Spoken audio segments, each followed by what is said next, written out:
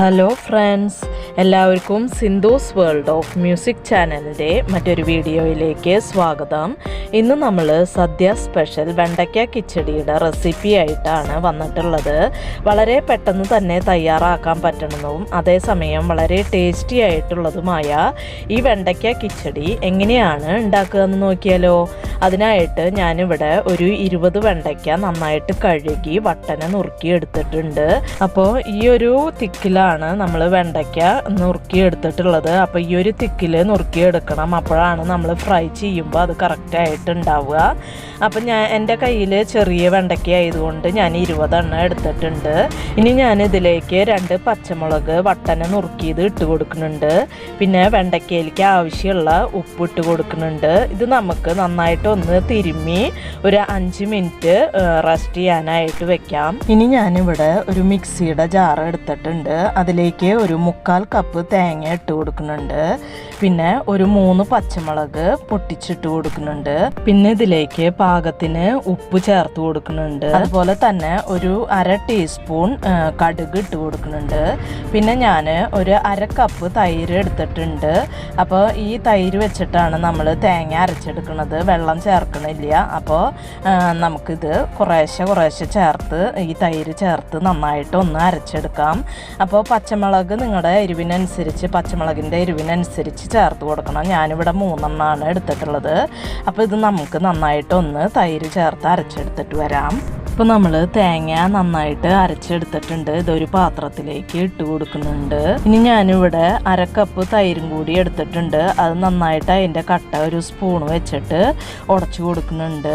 ഇനി ഈ തേങ്ങയുടെ കൂട്ടിലേക്ക് നമ്മൾ ഈ തൈര് ഒഴിച്ചു കൊടുക്കുന്നുണ്ട്. അപ്പോൾ തൈര് എടുക്കുമ്പോൾ അധികം പുളിയില്ലാത്ത തൈര് എടുക്കുകയായിരിക്കും കൂടുതൽ നല്ലത്. ഈ തേങ്ങയുടെ കൂട്ടും തൈരും കൂടി നന്നായിട്ട് മിക്സ് ചെയ്തെടുക്കുക. എന്നിട്ട് ഈ ഇതിൻ്റെ നമ്മൾ ടേസ്റ്റ് നോക്കുക. അതിലേക്ക് പുളി വേണമെന്നുണ്ടെങ്കിൽ പുളിയും ഉപ്പൊക്കെ ചേർത്ത് കറക്റ്റ് ചെയ്ത് കൊടുക്കുക. ഇനി നമുക്ക് വെണ്ടയ്ക്ക ഒന്ന് ഫ്രൈ ചെയ്തെടുക്കണം. അതിനായിട്ട് ഞാനിവിടെ ഒരു പാത്രം അടുപ്പത്ത് വെച്ചിട്ടുണ്ട്.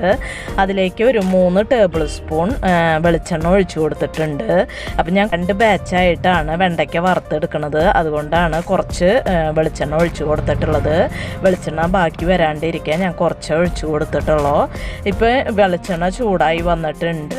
തീ മീഡിയം ഫ്ലെയിമിൽ ഇട്ടിട്ട് നമുക്ക് ഈ വെണ്ടയ്ക്ക നന്നായിട്ട് ഒന്ന് ഫ്രൈ ചെയ്തെടുക്കാം. നിങ്ങൾക്ക് വേണമെന്നുണ്ടെങ്കിൽ കൂടുതൽ വെളിച്ചെണ്ണ ഒഴിച്ചിട്ട് ഒറ്റ ബാച്ചായിട്ടും വറുത്തെടുക്കാവുന്നതാണ്. അപ്പോൾ ഇനി വെണ്ടയ്ക്ക ഇവിടെ നന്നായിട്ടൊന്ന് ഫ്രൈ ആയി വരട്ടെ. ഇപ്പോൾ ഒരു ഭാഗം ഫ്രൈ ആയി വന്നിട്ടുണ്ട്. നമുക്കിതൊന്ന് മിക്സ് ചെയ്ത് കൊടുക്കാം. ഇപ്പോൾ വെണ്ടയ്ക്കൊക്കെ ഇവിടെ ഫ്രൈ ആയി വന്ന് തുടങ്ങിയിട്ടുണ്ട്. ഒന്നും കൂടി മാഴി കഴിയുമ്പോൾ നമുക്കിത് കോരി മാറ്റാം. ഇപ്പോൾ വെണ്ടയ്ക്കൊക്കെ നല്ല ക്രിസ്പി ആയിട്ട് വന്നിട്ടുണ്ട്. നമുക്കിത് എണ്ണയിൽ നിന്ന് കോരി മാറ്റാം. ഇനി നമുക്ക് അടുത്ത ബാച്ചും ഇതേപോലെ ഫ്രൈ ചെയ്തെടുക്കാം.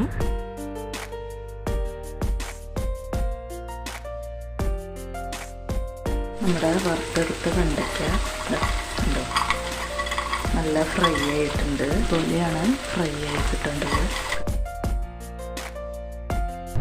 ഇപ്പോൾ രണ്ടാമത്തെ ബാച്ച് വെണ്ടയ്ക്ക ഫ്രൈയും ഇവിടെ റെഡി ആയിട്ടുണ്ട്. നമുക്കിത് എണ്ണയിൽ നിന്ന് കോരി മാറ്റാം.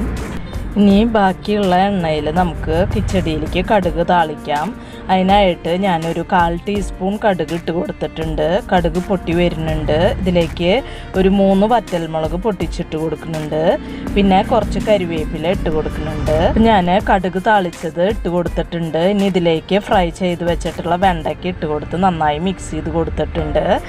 അപ്പോൾ നിങ്ങൾ എപ്പോഴാണോ സെർവ് ചെയ്യണത് ആ സമയത്ത് വെണ്ടയ്ക്ക ഫ്രൈ ചെയ്തത് ചേർത്ത് കൊടുത്താൽ മതി. അപ്പോൾ ഇതുപോലെ വെണ്ടയ്ക്ക ഫ്രൈ ചെയ്ത് വെക്കുകയാണെങ്കിൽ നമുക്ക് എപ്പോഴാണോ ഇത് ആവശ്യമായിട്ട് വരുന്നത് ആ സമയത്ത് ഈ കൂട്ടിലേക്ക് വെണ്ടയ്ക്ക ഇട്ടിട്ട് മിക്സ് ചെയ്ത് നമുക്ക് ഉപയോഗിക്കാവുന്നതാണ്. വളരെ ടേസ്റ്റി ആയിട്ടുള്ള വെണ്ടയ്ക്ക കിച്ചടി ഇവിടെ റെഡി ആയിട്ടുണ്ട്.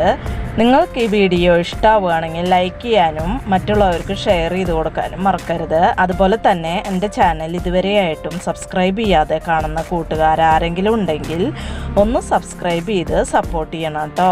ഇനി നമുക്ക് മറ്റൊരു വീഡിയോയുമായി കാണാം. അതുവരേക്കും താങ്ക് യു.